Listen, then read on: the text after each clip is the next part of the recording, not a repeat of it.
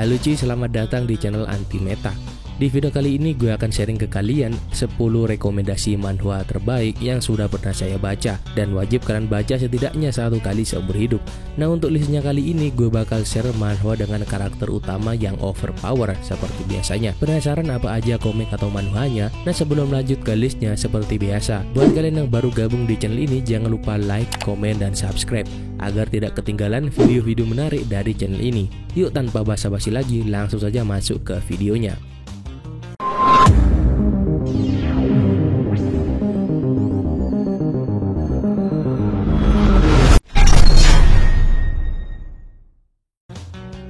Solo Leveling menceritakan perjalanan Sung Jinwoo, seorang hunter peringkat E. Dia jelas bukan yang terbaik mengingat julukannya adalah yang terlemah.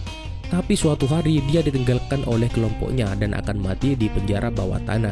Tapi entah bagaimana dia mendapatkan kemampuan baru yang membantunya berkembang jauh lebih pesat. Solo Leveling memiliki alur cerita yang cepat, tidak bertele-tele, dengan plot yang dinamis dan aksi seru untuk dibaca. Alur karakter Sung Jinwoo juga merupakan sesuatu yang menarik untuk diikuti. Tidak heran jika sampai saat ini serial manhwa ini tetap menjadi yang terpopuler.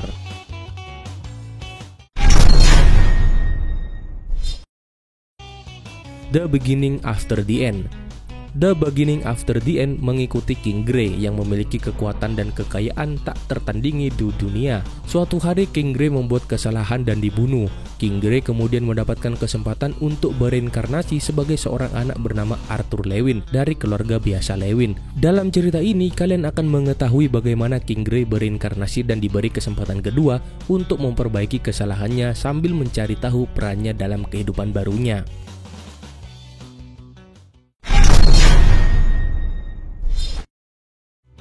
Nano Machine.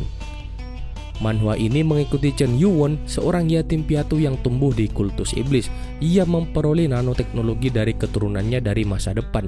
Dengan mesin nano berteknologi tinggi yang ditanam di tubuhnya, dia menemukan keterampilan seni bela dirinya diperkuat secara signifikan saat dia mulai menaiki tangga di sekitar sekte tersebut. Manhwa ini adalah seri yang menarik karena menggabungkan elemen tradisional dengan teknologi canggih. Dengan bantuan kecerdasan buatan atau AI di tubuhnya, Yiwon mampu menganalisis situasi yang dia hadapi dan mempelajari pengetahuan tanpa batas. Kalian akan menikmati aksi seru dan dramatis dan belajar lebih banyak tentang kultus iblis dalam seri ini.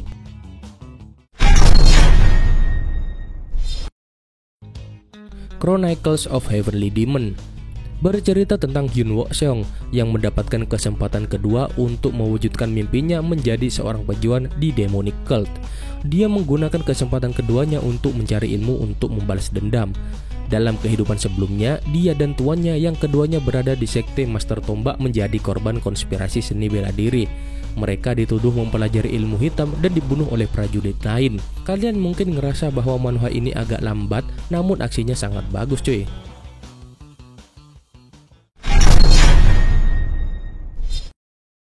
Ranker Who Live a Second Time. Serial ini mengikuti Cha Yeon-woo yang berusaha membalas dendam saudara kembarnya yang hilang setelah dikhianati oleh rekan-rekannya. Setelah menghilang selama 5 tahun, Yeon-woo mengetahui bahwa saudara kembarnya telah meninggal.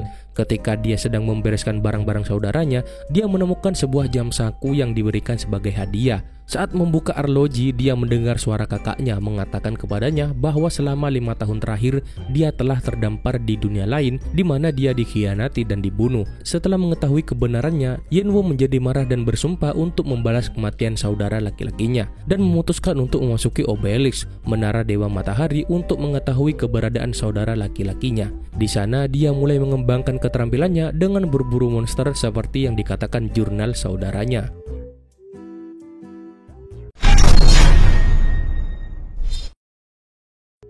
The Great Mage Return After 4,000 Years.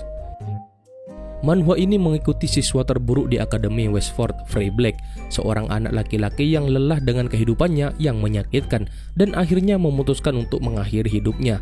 Suatu hari jiwa baru memasuki tubuh Frey Black. Tubuh ini dirasuki oleh The Great Mage, Lucas Strowman, seorang pahlawan yang mendapat kesempatan kedua untuk membalas dendam menggunakan tubuh Frey.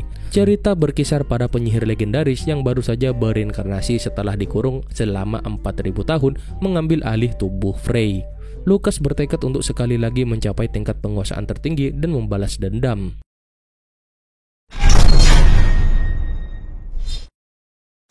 Windbreaker. Manhwa aksi olahraga ini bercerita tentang Jae-jo, seorang siswa cerdas dari ketua OSIS yang menyembunyikan versi berbeda dari dirinya yang muncul saat dia mengendarai sepeda. Karena keterampilan bersepedanya yang luar biasa, dia terpaksa bergabung dengan tim bersepeda sekolah Hummingbird Crew. Dia kemudian merasa bahwa dia menemukan dunia baru di luar kehidupan akademiknya.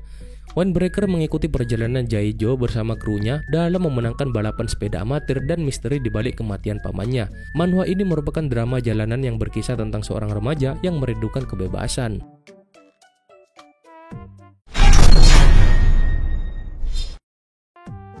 Return of the Manhwa Sect. Manhwa ini menceritakan seseorang murid ke-13 dari perguruan bela diri Bunga Plum alias Sekte Hwasan bernama Jong Muyon. Setelah dia berhasil mengalahkan raja dari Sekte Iblis, dia pun ikut terbunuh. Namun perjuangan bela diri pedangnya tidak terhenti di situ saja. Setelah dia mati dalam pertempuran terakhir di Gunung Seribu, dia pun berinkarnasi ke tubuh seorang anak miskin setelah 100 tahun berlalu masa peperangan melawan Sekte Iblis. Namun saat dia berinkarnasi setelah 100 tahun lamanya, Sekte Hwasan yang awalnya menduduki peringkat sekte terkuat dan berpengaruh menjadi sekte paling lemah dan diambang kebangkrutan. Jong Muyon kembali ke Sekte Hwasan dengan identitas barunya sebagai pengemis miskin. Dalam misinya kembali ke sekte yang dia bangun, dia ingin mengembalikan kejayaan Sekte Hwasan ke posisi awalnya, yaitu di puncak rantai bela diri. Kisahnya pun berlanjut dengan menceritakan kisah Jong Muyon memulihkan kembali Sekte Hwasan dan melawan berbagai sekte bela diri yang ada.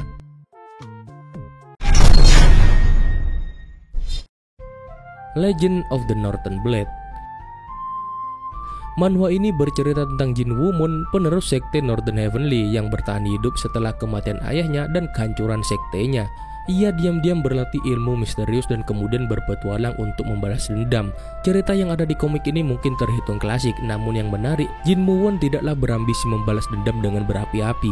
Ia justru terlihat kalem, penuh perhitungan, dan tidak mengumbar ilmunya. Sejauh ini, ritme cerita berjalan cukup konstan, tidak terburu-buru tapi juga tidak bertele-tele. Aksinya juga seru cuy.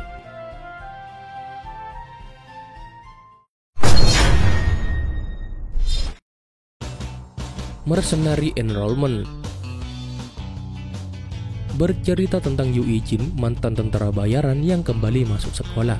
Ketika kecil ia terpisah dengan keluarganya akibat kecelakaan pesawat. Ia pun harus bertahan hidup dan akhirnya menjadi tentara bayaran. Berawal dari kisah bullying adik Ijin, manhwa ini membawa alur cerita yang menarik. Yu Ijin yang sebenarnya OP bila dibandingkan dengan preman sekolah harus merahasiakan identitasnya sambil menjaga adik dan kakeknya. Adegan aksinya pun cukup dramatis cuy.